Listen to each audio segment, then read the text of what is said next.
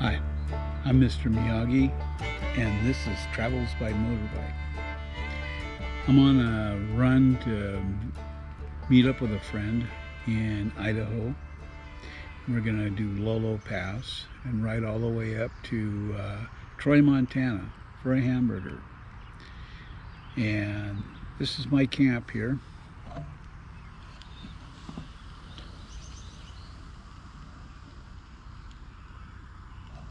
Oh yeah, step 2.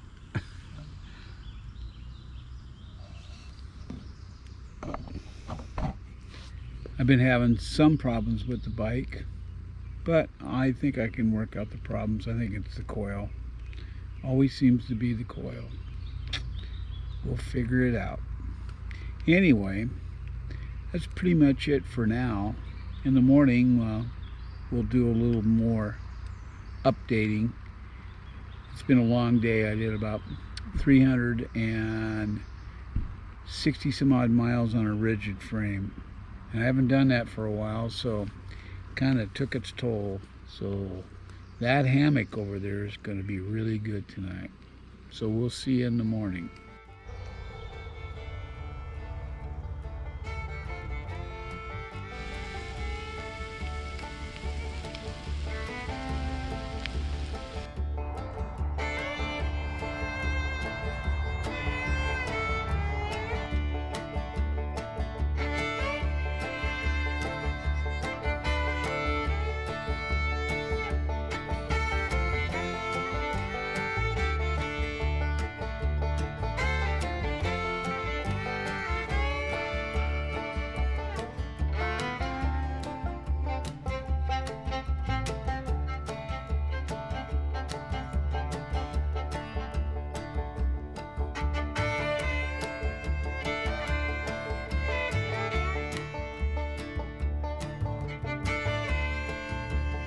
Well, turns out that it wasn't the coil as suspected, causing the slight vibrations and whatever.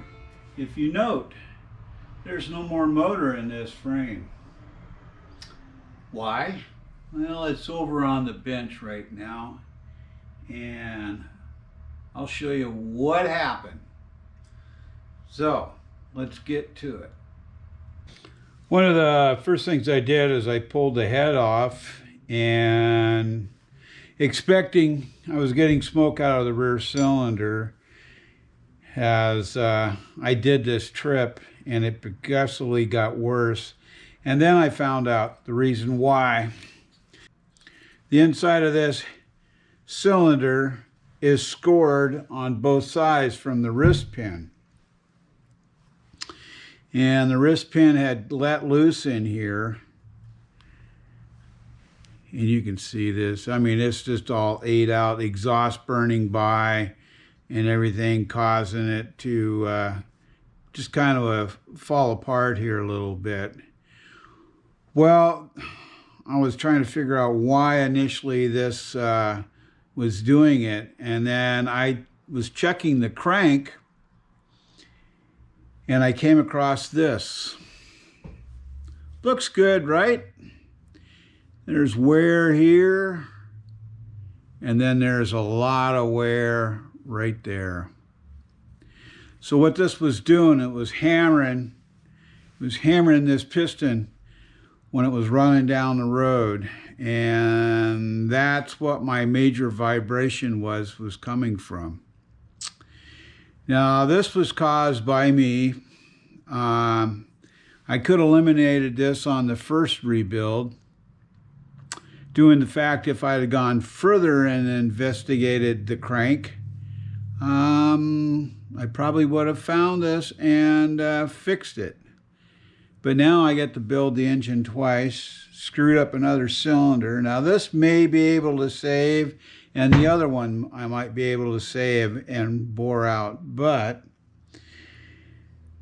this is where I'm at right now. So I've got a new set of jugs, and I've got a new set of crank rods and everything that I'm going to install.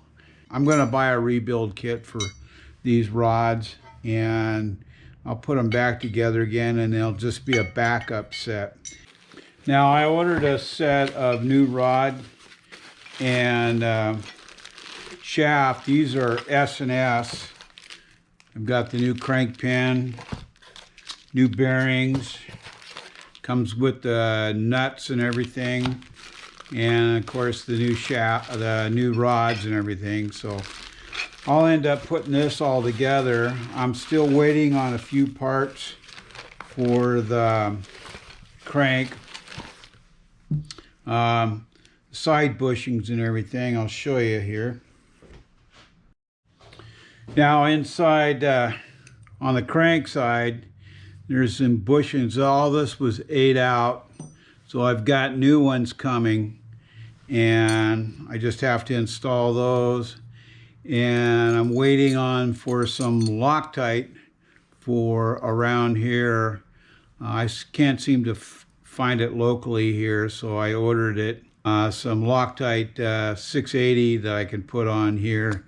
It'll get support, and then we'll just do standard red on when we put this together, and then I'll retorque that. Now I'll do a setup on putting the crank back together and rebuilding the motor and double checking stuff. So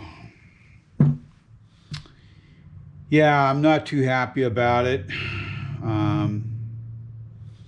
but things happen. So it was my mistake for not going further into it. Here's another thing that happened. Through the vibration, this is the rear rod. This bearing here has shifted. You can see that you can't see through that. Well, there's a little oiler that should have been up here, so this whole piece had shifted around, which didn't help matters. And somehow or another, I bent a push rod in the whole process. But I happen to have another push rod, so that's going back together on that part. Matter of fact, there's the replacement push rod.